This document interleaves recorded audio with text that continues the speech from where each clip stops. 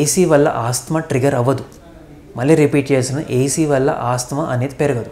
But AC మూలాన ఎందుకు అవుతుంది అనేది చెప్తాను. ఏసీ అంటే ఏంటి? Air condition. ఆ ఎయిర్ అనేది డ్రై ఉంటుంది. సెకండ్, ఆ ఎయిర్ చల్లగా ఉంటుంది.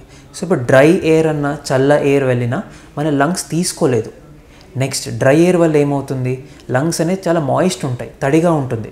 సో డ్రై ఎయిర్ శ్వాస తీసుకోవడం వల్ల మన లంగ్స్ మొత్తం డ్రై అవుతుంటాయి. డ్రై అవ్వగానే మ్యాస్ట్ సెల్స్ అనే కొన్ని సెల్స్ ఉంటాయి, తెల్ల రక్త కణాలు. సో అదేం చేస్తే కొన్ని కెమికల్స్ రిలీజ్ చేస్తాయి డ్రై అవ్వగానే. సో ఇది ఆస్తమాకు దారి తీస్తుంది. Next humidity less air. So ఇది కూడా సేమ్ కాన్సెప్ట్. మన ఎయిర్వే అనేది డ్రై అవుతుంది. డ్రై అయ్యే వల్ల సేమ్ మాసెస్ రిలీజ్ చేస్తాయి. సో నార్మల్గా మనం చూసుంటాం, ఏదైనా చల్లగా ఆబ్జెక్ట్ పెట్టినప్పుడు దాన్ని స్ట్రింక్ అవుతుంది. సో కోల్డ్ ఎయిర్ తీసుకున్నప్పుడు కూడా మన ఎయిర్వేస్ అనేది స్ట్రింక్ అవుతుంది. సో ఆస్తమా అనేది ఈ ఏసీలో కూర్చున్నప్పుడు ఇండైరెక్ట్గా ట్రిగర్ అవుతుంది. నెక్స్ట్ ఏసీ ఉన్న వాళ్ళ రూమ్స్లో ఒక కామన్గా ఏం చూస్తాం మనము? ఏసీ ఉన్న రూమ్స్లో యూజువల్గా క్లోజ్డ్ ఉంటాయి. అవి బయట వెంటిలేషన్ ఉండదు, నార్మల్గా ఫర్నిచర్ ఎక్కువ ఉంటుంది. సో ఇలాంటి ప్లేసెస్లో ఎయిర్వే AQI అంటాను, ఎయిర్వే సర్క్యులేషన్ టైం. నార్మల్గా ఇప్పుడు మనకు ఇంట్లో ఇది మనకు ఎయిర్ ప్యూరిఫైయర్స్ ఉంటాయి, AQI ఇండెక్స్ అని చెప్తుంటారు.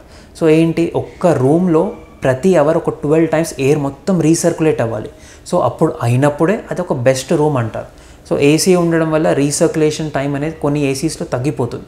ప్లస్ క్లోజ్డ్ ఎన్వైరన్మెంట్ అయ్యే వరకు మనకు లోపల డస్ట్ ఉండనివ్వండి, ఈ మోల్డ్స్ అంటారు, ఫంగస్, అది ఎక్కువ అవుతాయి, పాలన్స్ ఎక్కువ అవుతాయి. కొన్ని ప్లేసెస్లో ఈవెన్ కాక్రోచెస్ ఇన్ఫెస్టేషన్ కూడా ఎక్కువ అవుతుంది. సో ఇది మళ్ళీ అలర్జిక్ ఆస్తమాకు లీడ్ చేస్తుంది. సో ఏసీ అనేది ఒక ఇండైరెక్ట్ ఫ్యాక్టర్. సో డైరెక్ట్గా కాజ్ అనేది ఉండదు.